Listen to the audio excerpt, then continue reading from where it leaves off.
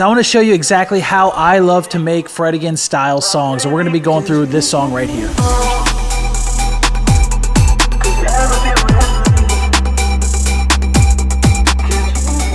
The first thing I want to start off with is Fred Again's sound definitely has some pretty sample heavy music, like the way he's able to manipulate rap vocals and really fresh and interesting ways, even take these little ambient samples, create this atmosphere. I think has been something really fresh in the EDM space, and it's why people are going absolutely crazy. Not to mention, I think his drums have a certain energy to them that's really great, and I want to show you how to do it with our new production suite Solstice, because there is an entire folder called the London Party Collection, and fun fact, that entire folder is based on Fred Again. For those guys who've been on the channel for a while, you guys know I love to work with samples specifically because my entire specialty is sample manipulation. So the first thing that you guys want to do when building a song like this is actually just dive into the London Party Collection and find the type of samples that you might want to be working with. So I'm going to play a few.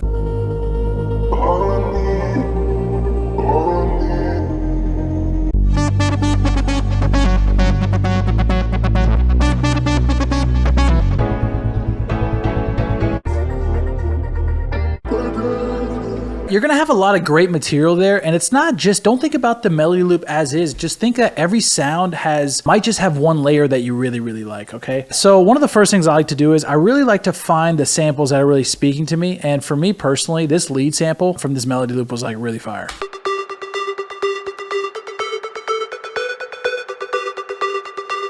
And what I did to it was I pretty much pitched it down an octave. The original sounded more like this.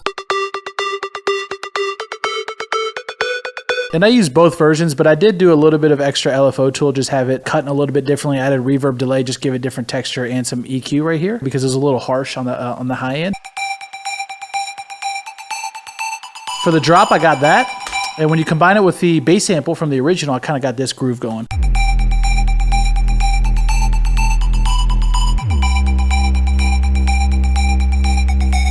When I heard that immediately, I was like, okay, cool. I could build an entire drop around that. So the next thing, important thing to think about is if you guys want to add an original flair, the reason I like to work with samples is if I already have this type of lead and this type of movement into like the lead sample, for example, I also created a variant of this lead where I chopped it up. As you can see, I kind of wrote a new rhythm with that same lead, and it sounds a little bit different.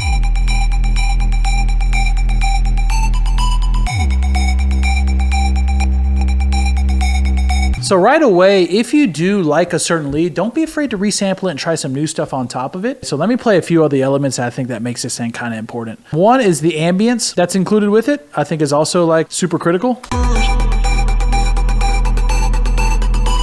And just to play you perspective, let me just play the original sample that is actually in the London Party Collection inside Solstice.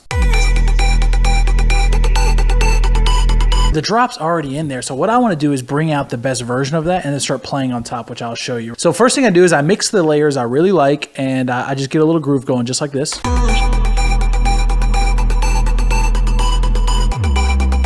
But I was diving into a different sample, which is this Could You Ever sample. Listen to this.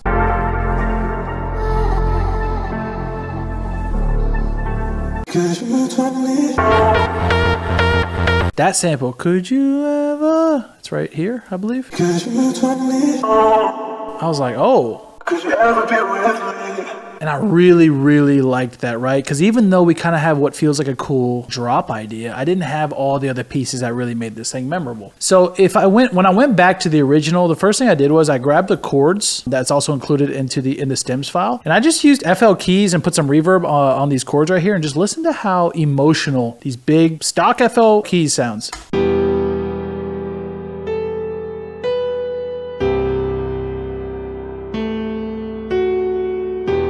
Super emotional. So, you know, as I was playing around a little bit, I was like, oh, so that's, so that that's actually the same thing as the lead.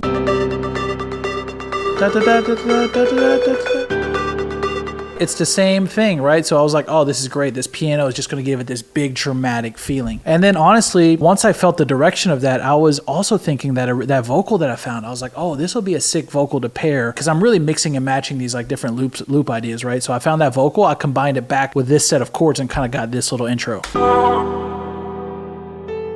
you ever be with me? Could you tell me?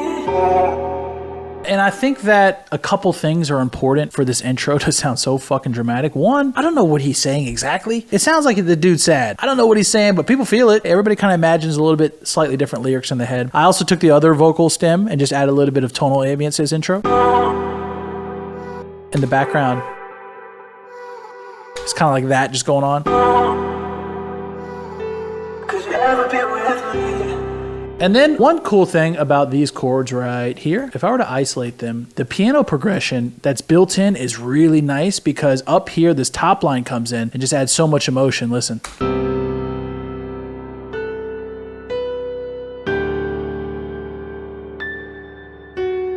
So much was built into the MIDI progression. I was like, oh, I got to take advantage of that. How can I add more emotions? And actually, I've been using Flex, which is a free FL Studio plugin. I'm sure Ableton and Logic, you guys have like maybe some free strings in there. I grabbed these strings sustained, and then on top of the piano, I just layered on these strings. That just adds even more emotion.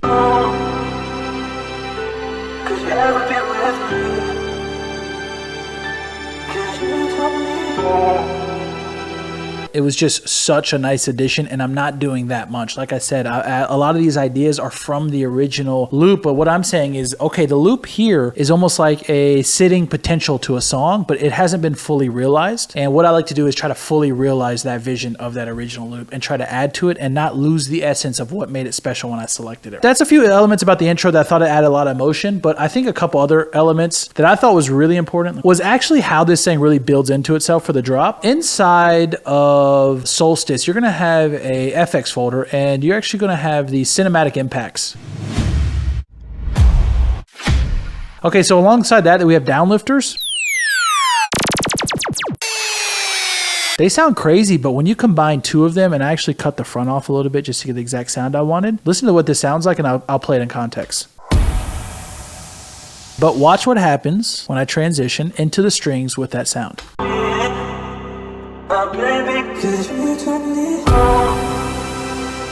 It's like, boom, the strings come in. It just adds, I think, a lot to the song, okay? So already right there, I'm helping the loop realize itself more than I am commanding my own creativity. A couple other things that I thought was special is that one, this is a great opportunity to bring in that lead.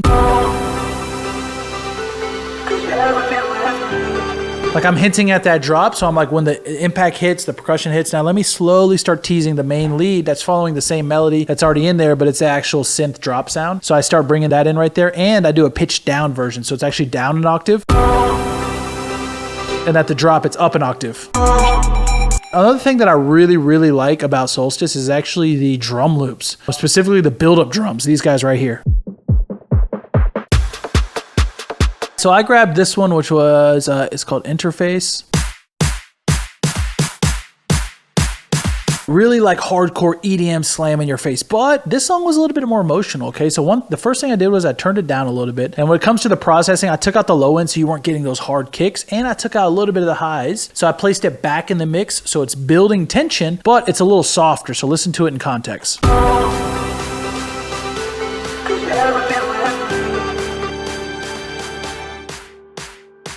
Versus the original loop, listen how loud it is. Versus where it's sitting in this mix. I'm not letting it go all the way front. And then obviously it's kind of nice having these little build parts because they can take a lot of time to build. I think it's a lot faster just to use something like this.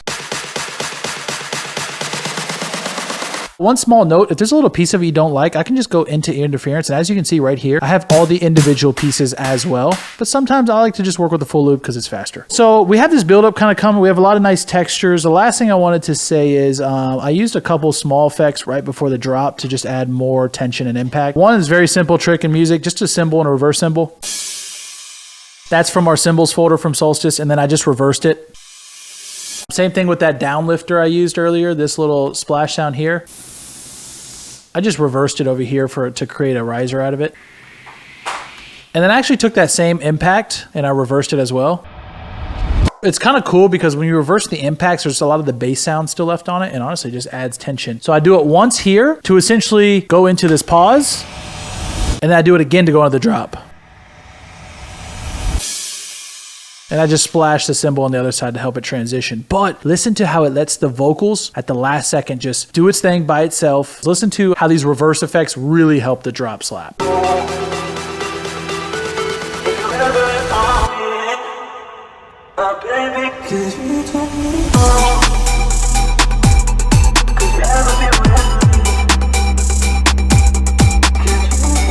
So as you can see right there, the build up, the emotional tones, everything I thought was really, really important in the track. And that stuff was kind of missing, right? The original loop was like, oh, this is fun, exciting. But I thought there was a lot missing. So the first thing is that vocal that almost sounds like it's singing to you. I really felt like that was really relatable. Plus all these emotional things like the big piano, the strings, and then comparing that with the impacts and the splashes. It just gives everything about this intro a big emotional thing. I thought it helped this record a lot. Okay, so next up, I actually want to go into the drums. I'm a big fan of this secret trick, which is like drum and bass drums, but slowed down to like 120. Okay, so that's really what this is. Let me play it.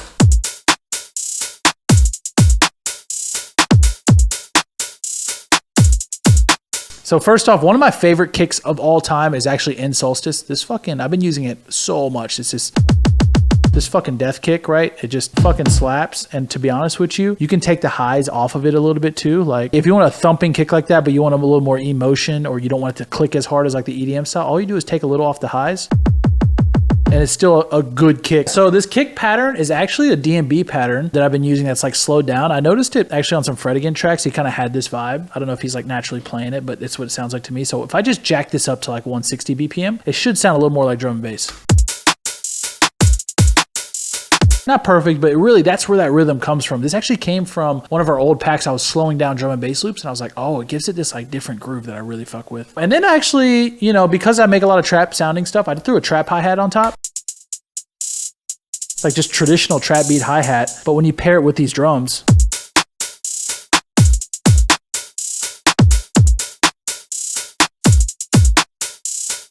I don't know, something about that was making me fucking move. I think it's the clap sitting on there instead of sitting, like if it was sitting here, it'd be a lot slower, obviously.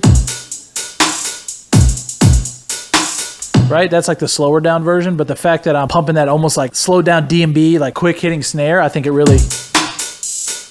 really brings this record a lot of the energy, especially because this lead is like pumping. Like it's also like pumping. And these are kind of hitting too. So when everything's hitting like that, it really, like these drums, I think really bring out a lot. And I see Fred Again doing a lot of these high energy drums.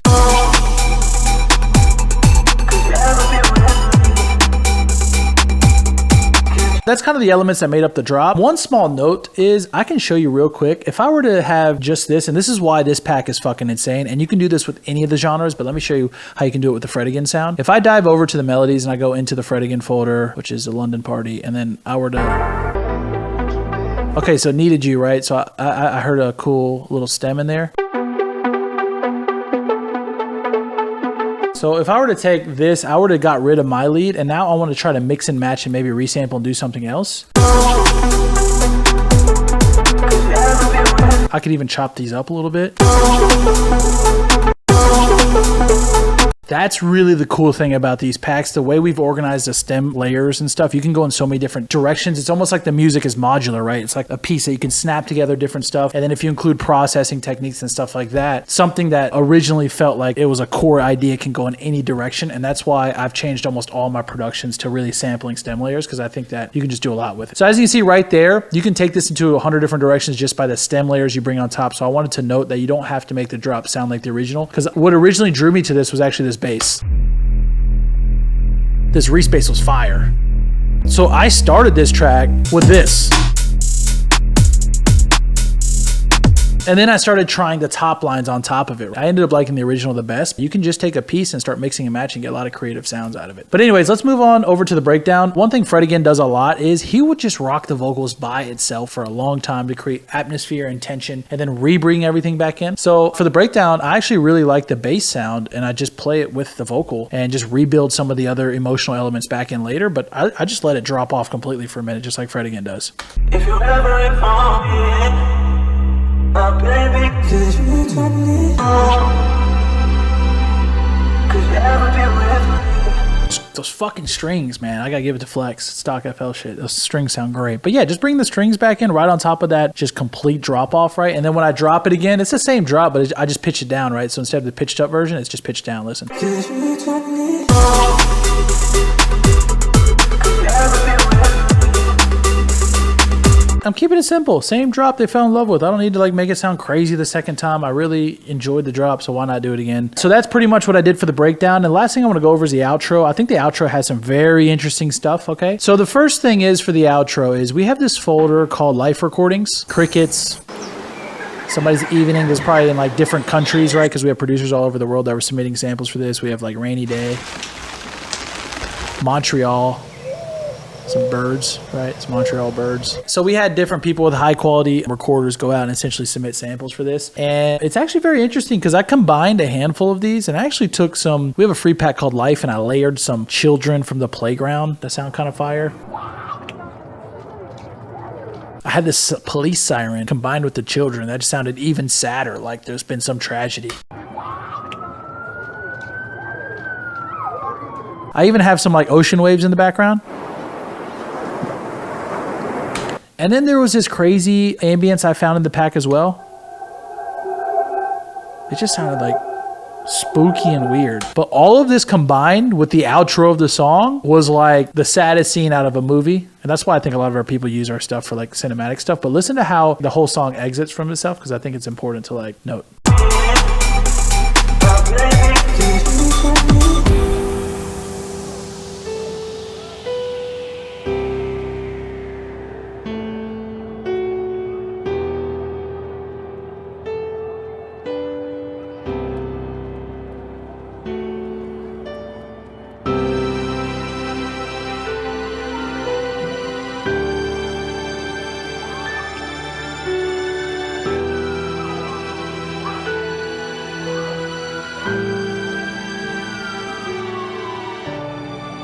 I thought it was a cool way to end the song. I'm not saying all the listeners are going to pay attention to the very last second of a song, but for me personally, you know, being a music lover and stuff, I just love creating that emotion and that atmosphere. And I thought Fred again does a lot. He does it in his own type of way. I thought this was kind of a cool way of doing it as well, because he does include a lot of like live samples and stuff. Anyways, guys, I hope this video has helped you maybe get some ideas on how to capture that Fred again sound. You could do a lot of the sound design from scratch, do a lot of the rhythms from scratch. But to be honest with you, if you're a producer like me who likes to make a lot of different genres, I like to keep improving my sampling ability, my songwriting ability, my arrangement abilities. And so then that way I'm able to dive into different folders and keep that sampling ability, but tackle different types of sound. So if you want to have a way where you don't have that songwriting down, the sound design, but you want to capture that Fred again sound, or a lot of different other genres of stuff, right? There's a lot of cool stuff in here. Diving into these folders will kind of help you do that. Make sure to go get the Solstice beta pack. You're going to have a lot of these samples from these collections for free, but if you want the full version, it includes nearly 340 melodies, and that's across 15 different genres. So you're going to be able to make essentially anything right out of the box. And yeah, guys, if you're looking for placements, you want to release your own music, a lot of this stuff has been created by some of the top sound designers in the world. So you're going to be getting like some of the best mixes you've had. You won't have as much trouble finishing songs because you're going to have so much cool material to work with. You're going to be actually more creative because you're going to be getting samples and layers from different genres and stuff, and it's going to push you to new areas of your production. Just keep in mind, we're only dropping 1,000 licenses of Solstice. So if you want to get in on this stuff, if you don't miss out on all these melodies, you want to be cranking tracks, having this production suite would be a little bit of an advantage. All you have to do is go to link in description, join the waitlist. You just put in your name, email, and phone number, and then on Friday, June 14th at 2 p.m. EST, you're essentially going to be getting a link to go buy the pack 1 hour head start over the public release. But once the public release happens, just keep in mind that we're going to have millions of producers coming to pick up the pack, and last time we did something with only 1,000 licenses, it sold out in 24 hours. Just make sure to keep a lookout on that. I hope you guys learned a lot from this video, and if you guys are looking for this sound, definitely go pick up Solstice. Anyways, hope you guys have an awesome day. If you have any questions, drop a comment.